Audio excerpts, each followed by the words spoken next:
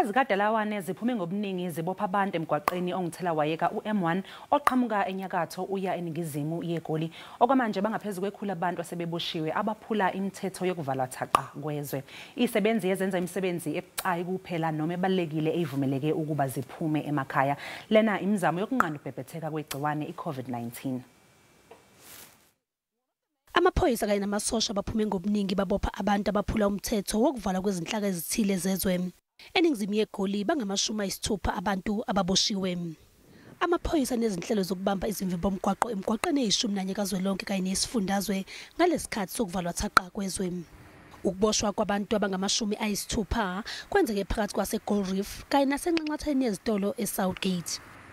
Amaphoyisa abe eseya kwenye indawo ekhona eNingizimu yeGoli nalapho ifike yabopha abanye abantu abakade bezitanasela bengazi ukuthi lidumephi nekwenza isibalo sababoshiwe sibe ngaphezulu kwekhulu.